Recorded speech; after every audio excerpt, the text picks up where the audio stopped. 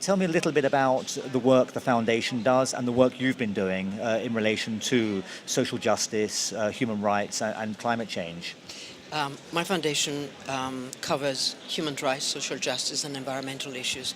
And I am a great believer that climate change is not just an environmental issue, but an issue of human rights, social justice, mass migration, uh, human security, and that we will not really address and solve the problems of climate change unless we address the other issues of human rights and the eradication of poverty is a very important aspect of that. Okay, so can you give me a specific link as to how social justice is affected by climate change, by environmental concerns?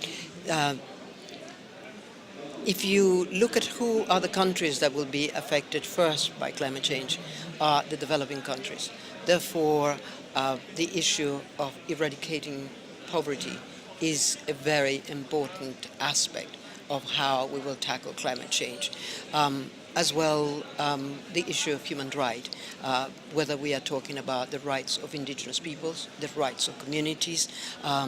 Here at COP17, one of the important issues that has been debated is RED.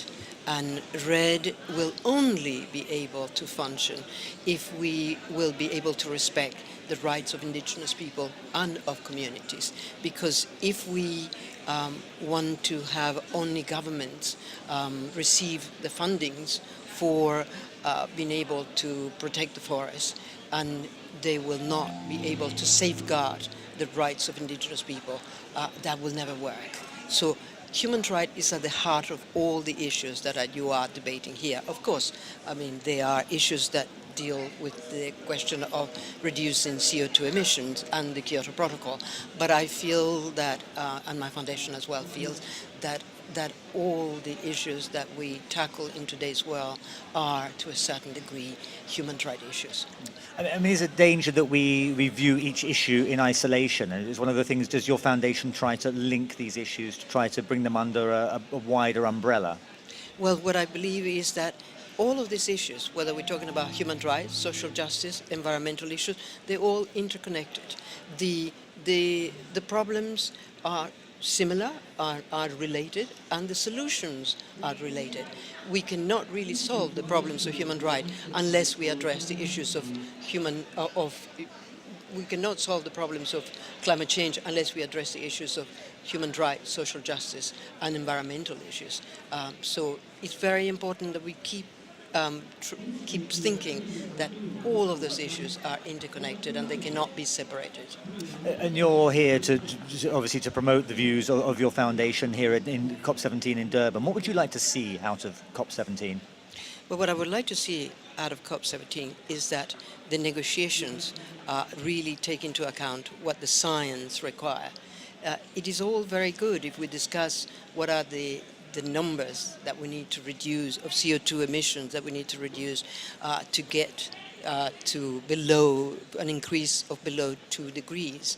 But the truth is that we are not really taking into account that in order to keep the increase of below 2 degrees, we need to go back to 350 parts per million.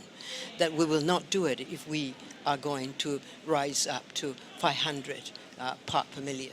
And according to everything that we are discussing in here, really that is where we are heading, which means we will not be able to avoid catastrophic climate change. Do you think that message is getting through? I mean, it gets through in this part of the conference centre, but do you think it's getting through on the other side where the politicians are making their decisions?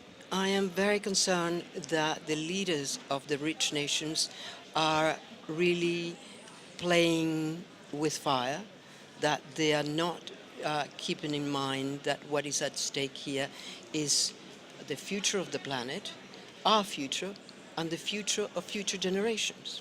That unless we have an agreement that will be in accordance to what the science require, that will allow us to keep the increase by less than 2 degrees, we will not be able to avoid catastrophic climate change. And that is clear, and that is agreed by most scientists.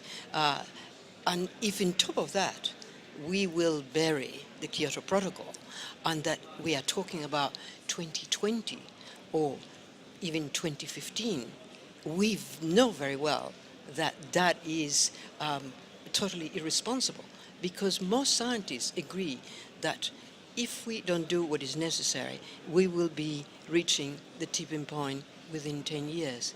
That means we will have 9 years before we have an agreement that is legally binding, and we have a tipping point threat that is in less than 10 years. Isn't that completely absurd? And are we really not playing with fire? And are they not really doing something that is responsible?